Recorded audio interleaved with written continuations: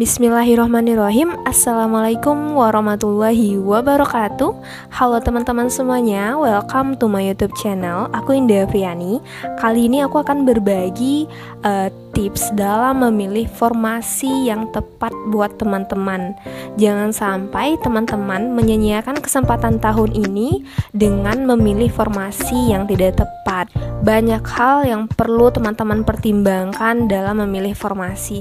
Nah, pastikan teman-teman menonton video ini sampai akhir ya, karena nanti aku akan menceritakan pengalaman pribadi aku tahun lalu, aku milih formasi apa dan di mana.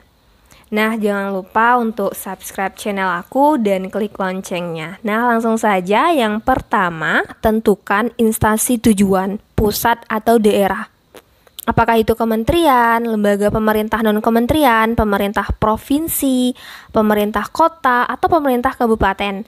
Ketika teman-teman memilih formasi pusat atau kementerian, artinya teman-teman sudah siap dan percaya diri dengan kemampuan teman-teman.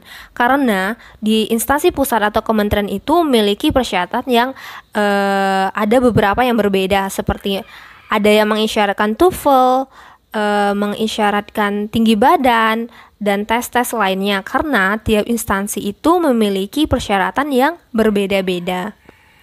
Nah, yang kedua, setelah teman-teman tentukan instansi tujuannya, carilah informasi sebanyak mungkin mengenai instansi tersebut.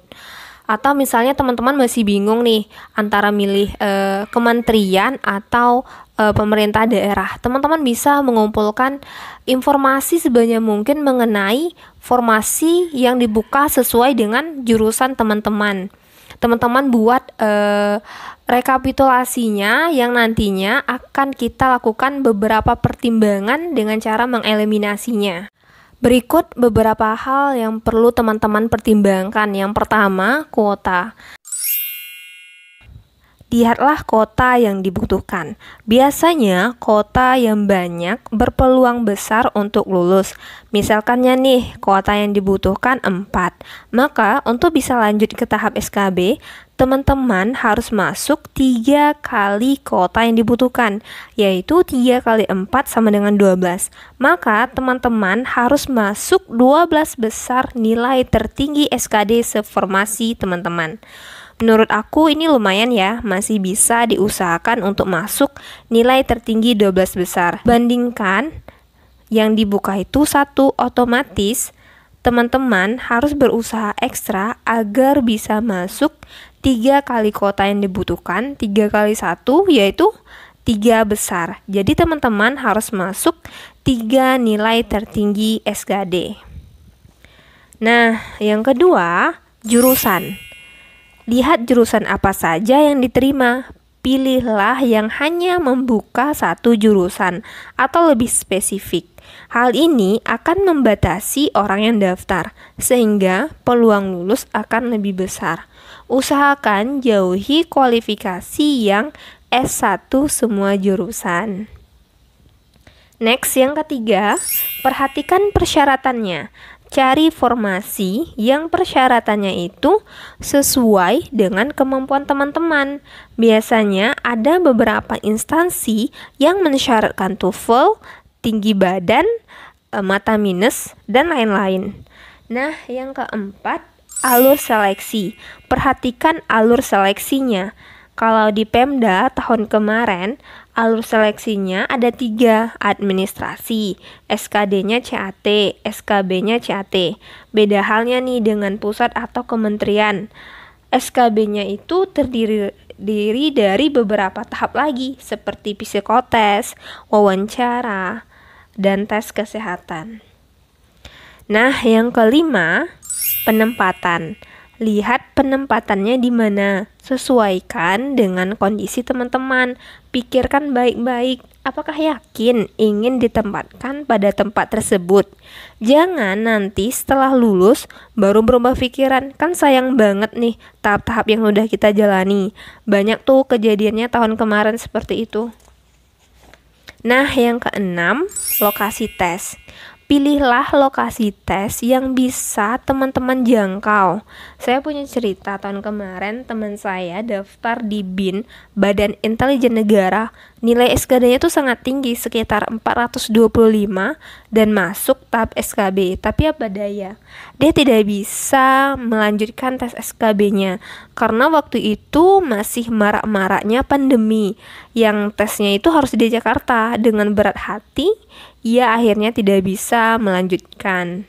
Nah, yang ketujuh, pertimbangkan jenis jabatannya, apakah itu pelaksana atau fungsional.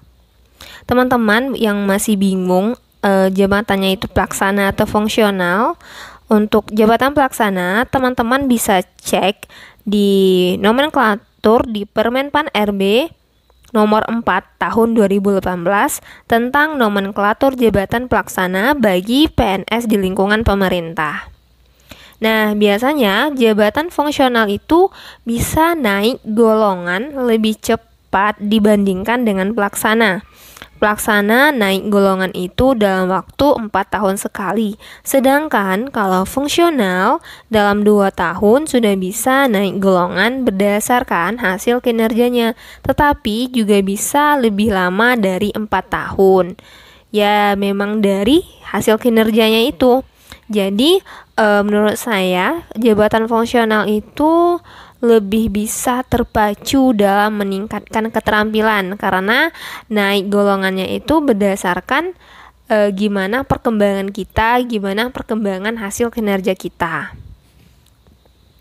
Dan juga nih berdasarkan pengalaman tahun lalu, kisi-kisi soal SKP yang tersedia itu hanya untuk jabatan fungsional. Karena kisi-kisinya ini dibuat langsung oleh instansi pembina, sedangkan jabatan pelaksana bisa mengikuti dari kisi-kisi soal yang dari jabatan yang instansi pembinanya itu sama. Misalnya gini, saya kemarin ambil formasi analis industri. Formasi ini adalah jabatan pelaksana yang instansi pembinanya itu adalah Kementerian Perindustrian. Jadi waktu itu kisi-kisi yang keluar waktu seleksi kompetensi bidang hanya untuk jabatan fungsional.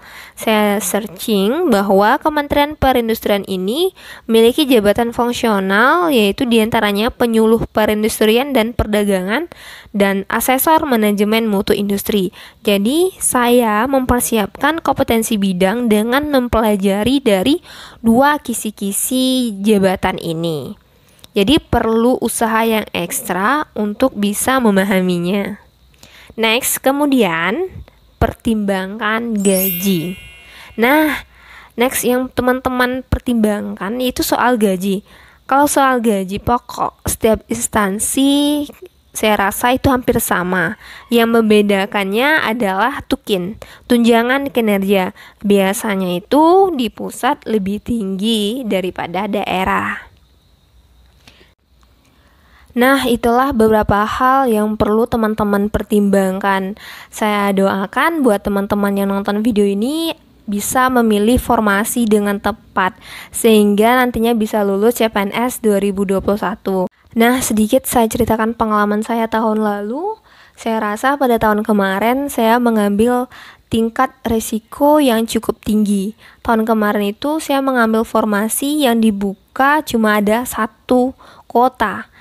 Kebetulan cuma ada 1 seprovinsi Riau dan itu dibuka di Kabupaten Indragiri Hulu. Sedangkan di kabupaten lainnya itu tidak ada.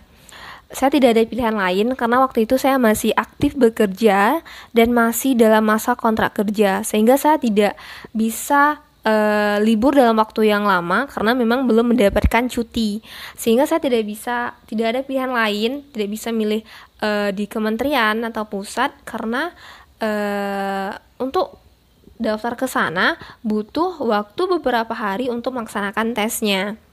Alhasil saya memilih formasi yang dekat dengan domisili saya dalam 1 provinsi.